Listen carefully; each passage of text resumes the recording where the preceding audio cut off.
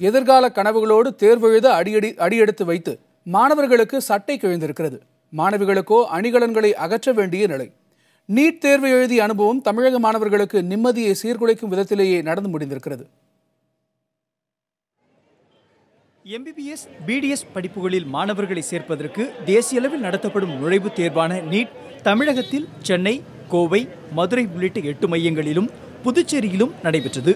தமிழகத்தில் சுமார் 88,000 மாணவர்கள் இந்த தேர்வு எழுதினர். தமிழ், ஆங்கிலம், ஹிந்தி உட்பட 10 மொழிகளிலும் தேர்வு நடத்தப்பட்டது. காலை 10 மணிக்கு தொடங்கும் தேர்வுக்கு மாணவர்கள் 8 மணிக்கே வர வேண்டும் என கூறப்பட்டிருந்ததால் தொலைதூரத்தில் இருந்து வந்த மாணவர்களும் பெற்றோரும் அவதிக்குள்ளாகினர். உள்ளே நுழைய முயன்ற மாணவர்களுக்கு ஏராளமான உடை கட்டுப்பாடுகள் விதிக்கப்பட்டிருந்தது. மாணவர்கள் முழுக்கை சட்டை அணிந்து செல்லக்கூடாது, மாணவிகள் சால்வை, நகைகளை அணிந்து செல்லக்கூடாது, ஷூ உள்ளிட்ட காலணிகளை அணியக்கூடாது போன்ற விதிகளால் மாணவ மாணவியர் கடும் அவதியடைந்தனர். பல மாணவர்கள் முழுக்கை சட்டையை அரைக்கையாக கிழித்து கொண்டு தேர்வு மையத்திற்குள் சென்றனர். 5 மணிக்கு எந்திரிச்சு தேனியிலிருந்து பஸ் கிடைக்காம 2 மணி நேரம் டிராவல் பண்ணி வந்தோம். கரெக்டாக 8 மணிக்கு உள்ள என்ட்ரி ஆகணும்னு ரொம்ப சிரமத்துக்குள்ளாகிறாங்க.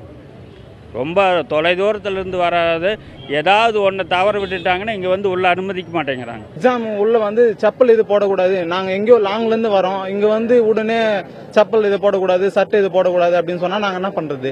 பக்கத்தில் கடையும் எங்கேயோ இல்லை. 8:30 உள்ள போனோம். நாங்கள் ரொம்ப கஷ்டமாக இருக்குது எங்களுக்கு இந்த இன்ஸ்ட்ரக்ஷன். அதாவது இன்ஸ்ட்ரக்ஷனாவது கொடுத்துருக்கணும். ஆல் டிக்கெட்டில் எதுவுமே பண்ணல. இதை இதை சாலை எடுத்துருங்க அப்படிங்கிறாங்க. அப்போ சாலை எடுத்ததுமே முகமே பொண்ணுக்கு ஒரு மாதிரி ஆயிடுச்சு.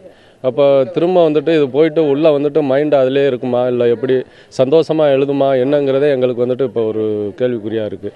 கைதி மாதிரி ஒரு 10 மணி எக்ஸாமுக்கு 8 மணிக்கே உள்ளே உட்கார வச்சுட்டாங்க. 2 மணி நேரம் அதுக்கு கீழே உட்காந்துருக்கு காலம்.